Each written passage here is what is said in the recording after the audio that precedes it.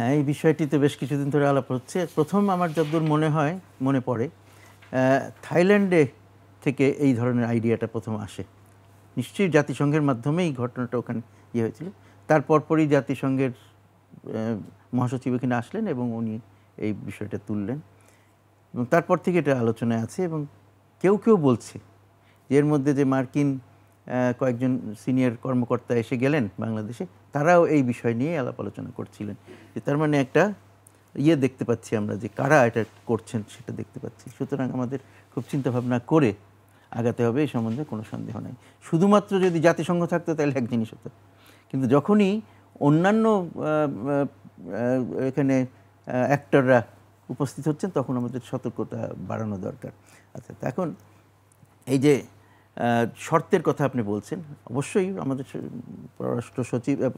পররাষ্ট্র উপদেষ্টা যে কথাটি বলেছেন যে শর্ত সাপেক্ষে তারা এটাতে সম্মত হয়েছেন, তো সেইটা আমি মনে করি যে অবশ্যই শর্ত সাপেক্ষে হতে হবে, কিন্তু সেই শর্তগুলো কি সেটা আমাদের জানা দরকার ছিল, জানলে আমরা বুঝতে পারতাম। কিন্তু আমি যেটা মনে করি যে কি শর্ত হওয়া উচিত, কি শর্তে, আমিও মনে করি যে এটা আমাদের জন্য একটা সুযোগ তৈরি করতে পারে, কিন্তু সেই প্রত্যাবাসনের ক্ষেত্রে বিভিন্ন ক্ষেত্রে সুযোগ তৈরি হতে পারে, কিন্তু সেই সুযোগ তৈরি হওয়ার জন্য আগে আমাদের নিজেদের নিরাপত্তা, আমাদের ঝুঁকি কমানো, এগুলোর বিষয় নিশ্চিত হতে হবে আগে, এবং সেই কারণে আগে শর্তগুলো দরকার। এই শর্তের মধ্যে প্রথম শর্ত হবে যে এখানে যা কিছু ঘটবে, এই করিডোর দিয়ে যা কিছু ঢুকবে, যে মানুষজন যারা যাওয়া আসা করবে, কোথা থেকে কোথায় যাবে, কোন এই করিডোরের ঠিক সুনির্দিষ্ট অবস্থানটা কি, সেগুলো সব নির্ধারণ করবে বাংলাদেশ। সিল্কোর সিল্ক অ্যান্ড শাইন, যাতে আছে আর্গান অয়েল ও ওট প্রোটিনের গুডনেস, যা আপনার চুলকে রাখে হেলদি অ্যান্ড শাইনিং। বাংলাদেশের পুরো জ্ঞাতার্থে থাকবে, পুরো জ্ঞানের মধ্যে থাকবে যে কোথায় কি হচ্ছে, একেবারে প্রত্যেকটা বিষয়ে বাংলাদেশের কমপ্লিট ইনফরমেশন থাকতে হবে, এবং ওখানে কিভাবে কি হবে, বাংলাদেশ যদি বলে যে না তাহলে সেটা হবে না, পুরো নিয়ন্ত্রণ থাকতে হবে। সেইটাই যদি এই দুটো শর্ত, যে সম্পূর্ণ তথ্য এবং সম্পূর্ণ নিয়ন্ত্রণ বাংলাদেশের হাতে যদি থাকে, তবেই মাত্র বাংলাদেশ আগানোর কথা চিন্তা করতে পারবে। এইটার কমে কোনো আগানোর প্রশ্ন আসে না। তারপরে আরও কি কি শর্ত আসতে পারে, যেমন একটা শর্ত হবে যে যখন এই করিডোরই তোমরা করতে পারো, তাহলে এই করিডোর দিয়ে আমাদের এখানে যে মিয়ানমারের এত লোক এখানে এসে রয়েছে, তাদেরকে ফেরত নিয়ে যাও, তাদেরকে ওখানে নিয়ে সাহায্য, এই করিডোর দিয়ে সাহায্য তাদের কাছে পৌঁছানো যাবে। ওখানে তো ইতিমধ্যে আগের থেকেই রোহিঙ্গা আরও আছে, তাদেরকেও সাহায্য করা হবে বলা হচ্ছে এই করিডোরের মাধ্যমে। ওখানকার অন্যান্য বাসিন্দা এবং যে ডিসপ্লেসড রোহিঙ্গাজ আছে সবাইকেই সাহায্য করা হবে। তো সুতরাং এদেরকেও ওখানে নিয়ে যেয়ে ওখানে ক্যাম্প সৃষ্টি করে তাদেরকে সাহায্য করা, তো সেই শর্তও আমরা ওখানে তুলে ধরতে পারি। এছাড়া আর যেসব শর্ত আছে সেগুলো আমরা বিভিন্নভাবে চিন্তা করতে পারি, দেখতে পারি। যে কিন্তু প্রথম কথা, আসল কথাই হচ্ছে যে কমপ্লিট কন্ট্রোল, কমপ্লিট ইনফরমেশন, এই দুটো যদি আমাদের থাকে একমাত্র, তাহলে আমাদের আগানো উচিত, নাইলে এই বিষয়ে আগানো উচিত না।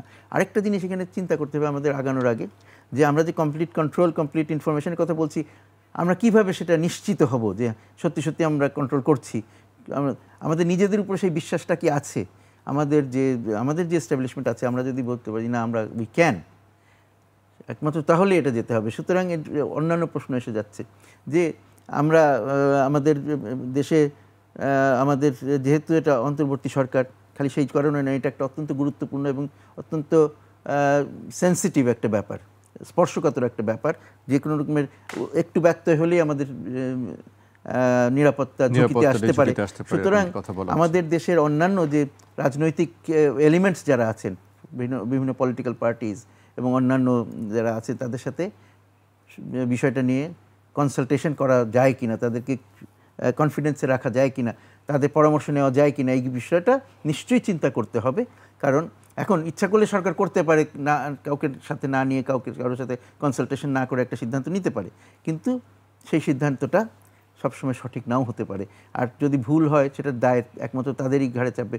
আর যদি সবাইকে নিয়ে করা যায় তাহলে দায়টাও শেয়ার্ড হবে, সেটা একটা বিষয়। আরেকটি বিষয় আমার মনে হয় যে খেয়াল রাখা দরকার, যে যার সাথে যেই চুক্তি আমরা করি, আমরা খুব কনফিডেন্টলি একটা করে ফেললাম, কিন্তু এটার যারা প্রভাবিত হতে পারে, যেমন আমাদের প্রতিবেশী রাষ্ট্রসমূহ, যাদের ওইখানে মিয়ানমারে বিভিন্ন স্বার্থ আছে, খালি প্রতিবেশী না, একটু দূর প্রতিবেশী হতেও পারে, আমাদের যেমন ভারত, চীন, জাপান, রাশিয়া, যারা এখানে করে, যাদের সাথে আমাদেরও বড় বড় সহযোগিতামূলক প্রকল্প আছে, তাদের সবাইকেও আমরা ইয়েতে কি বলে বিষয়ে অবগত রাখবো কিনা সেটাও আমাদের চিন্তা করা দরকার। কারণ এইটা দুইটা কারণে অবগত রাখা। একটা হলো যে যেহেতু তাদের সাথে আমাদের অনেক কমন বিষয় আছে, স্বার্থ আছে, যেটা দুই দেশের মানে আমাদের দুইজনের জন্যই গুরুত্বপূর্ণ, একসাথে আমরা সহযোগিতা করি অনেক প্রকল্পে।